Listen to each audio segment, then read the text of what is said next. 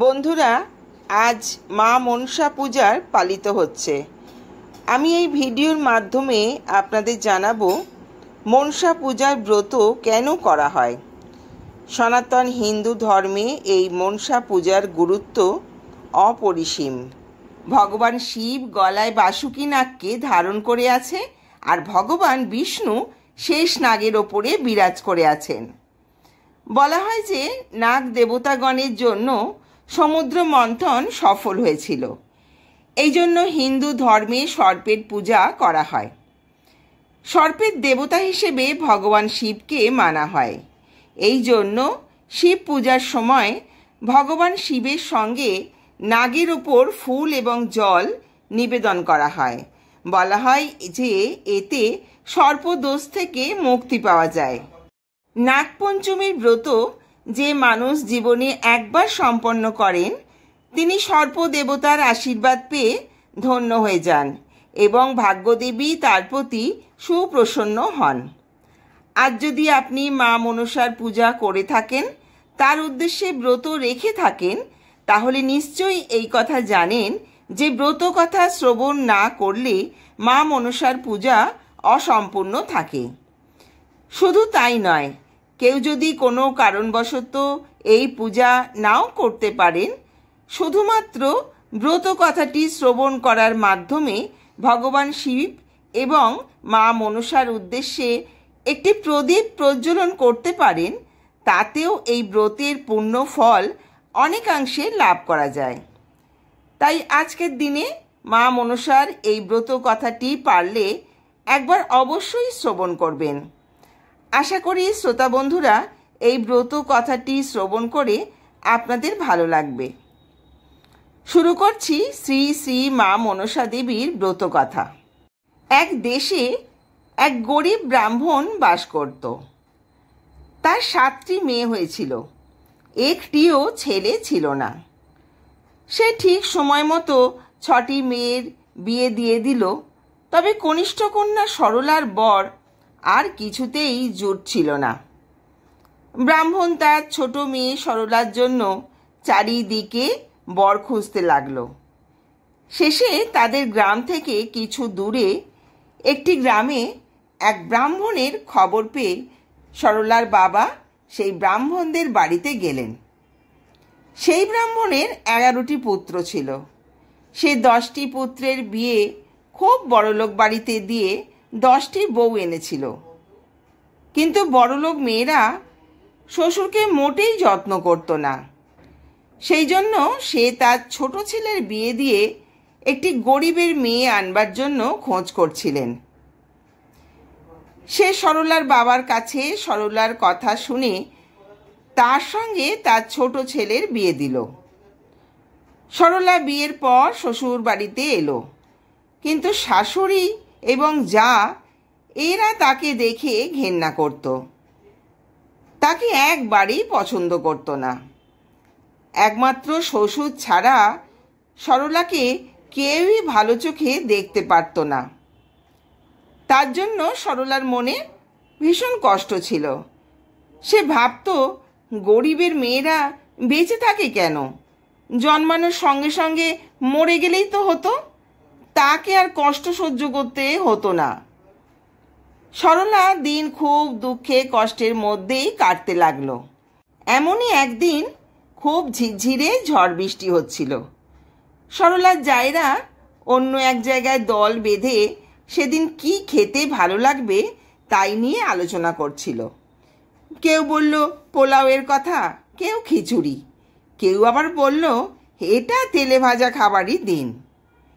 এমন সময় সরলা কাছে আসতে অন্য বউরা তাকে বলল, আচ্ছা ছোট বউ, আজকের দিনে কি খেতে ভালো লাগে বলো তো?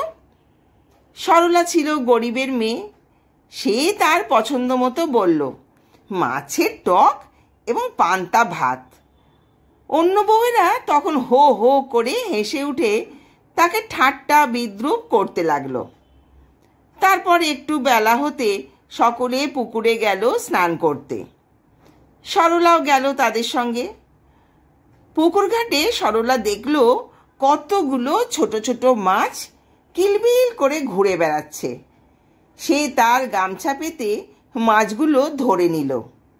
তাই দেখে তার জায়েরা আবার খুব ঠাট্টা করে বলল, ওই দেখো, ছোট বউ মাছের টকের ব্যবস্থা করে ফেলেছে, আর পান্তা ভাত তো ঘরেই আছে, ওর আর কোনো ভাবনা নেই।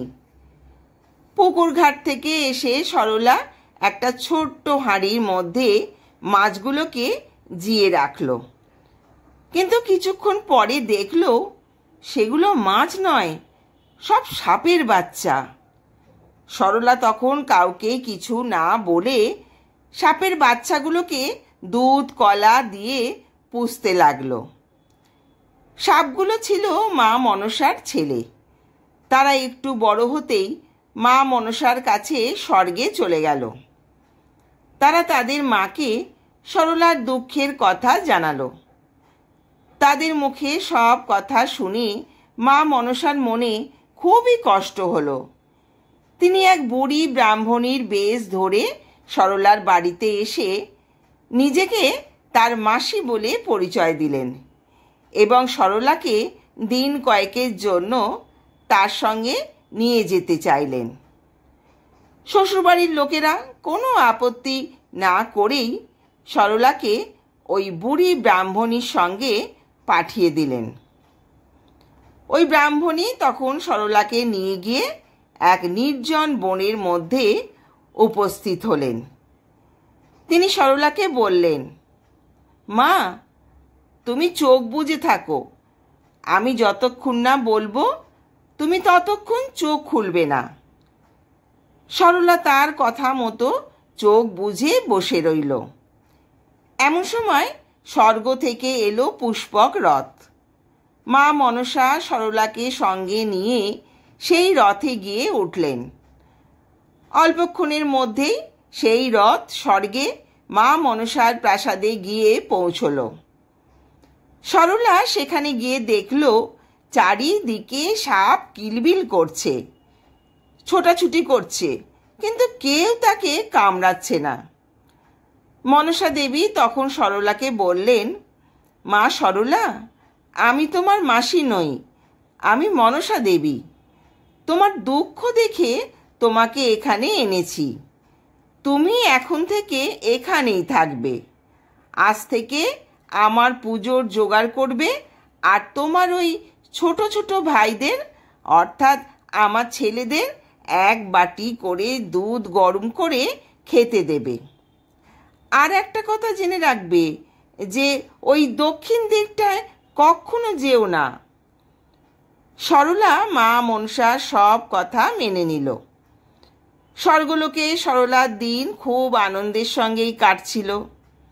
হঠাৎ একদিন তার মনে হলো যে মা মনসা তাকে দক্ষিণ দিকে যেতে বারণ করেছিল, কিন্তু তার দক্ষিণ দিকটা দেখার খুব ইচ্ছে হচ্ছিল। সে তখন দক্ষিণ দিকে গিয়ে দেখল মা মনসা নৃত্য করছে। সেই নাচ দেখতে দেখতে সরলা তার ছোট ভাইদের জন্য দুধ গরম করার কথা একেবারে ভুলে গিয়েছিল। হঠাৎ যখন তার মনে পড়ল, তখন সে ছুটে এসে দুধ গরম করে রাখল। কিন্তু কিছুক্ষণ পরেই তার ভাইরা অর্থাৎ সাপেরা সেই দুধ খেতে এলো। কিন্তু দুধ তখন খুবই গরম ছিল। সেই গরম দুধ পান করে তাদের মুখ পুড়ে গেল। এতে তারা ভীষণ ক্রুদ্ধ হয়ে উঠল এবং মায়ের কাছে গিয়ে সব কথা খুলে বলল। তারা মাকে জানালো আজই তারা সরলাকে ছোবল দিয়ে মেরে ফেলবে। কিন্তু মা মনসা তাদের সেই কাজ করতে নিষেধ করলেন। বললেন, সরলাকে তোমরা হত্যা করো না, বরং ওকে সারা গায়ে গহনার ভরিয়ে দিয়ে ও শ্বশুর বাড়ি দিয়ে এসো। শেষ পর্যন্ত তাই হলো। সরলাকে এক গা গয়না পরিয়ে তাকে তার সর্প ভাইরা শ্বশুর বাড়িতে দিয়ে এলো। সরলার গায়ে এত গয়না দেখে তার জায়েরা আবার খুব ঠাট্টা বিদ্রুপ করতে লাগলো। তারা বলতে লাগলো, গরিবের মেয়ে গয়না পরে কত ঢং দেখো। সরলা তখন বলল, ষাট ষাট, বেঁচে থাক আমার আড়ল পাড়ল ঢোড়া বোড়া কেউটে আমার সাপ ভাইয়েরা, আমার আবার গয়নার অভাব। তখন সরলার সর্প ভাইয়েরা তাকে পৌঁছে দিয়ে বাড়ি ফেরেনি, আশেপাশেই ছিল। তারা সরলার কথা শুনে স্বর্গে গিয়ে তাদের মাকে সব বলল। সব কথা শুনে মা মনসা আবার সরলাদের বাড়িতে এলেন, আর যেখানে যা সাজে সেইভাবে সরলাকে আরও গয়না পরিয়ে দিয়ে বললেন, মা, তুমি পৃথিবীতেই এখন আমার পূজার প্রচলন করো। আমি বাস করব ফণী মনসা গাছে। দশহারা আর নাগ পঞ্চমীর দিন ওই গাছের ডাল এনে বাড়িতে পূজা করবে।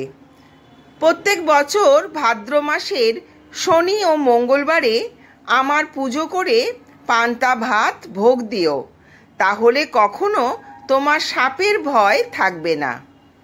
এই কথা বলে মা মনসা অদৃশ্য হয়ে গেলেন। সেই থেকে দেশে দেশে মা মনসার পূজার প্রচলন হলো।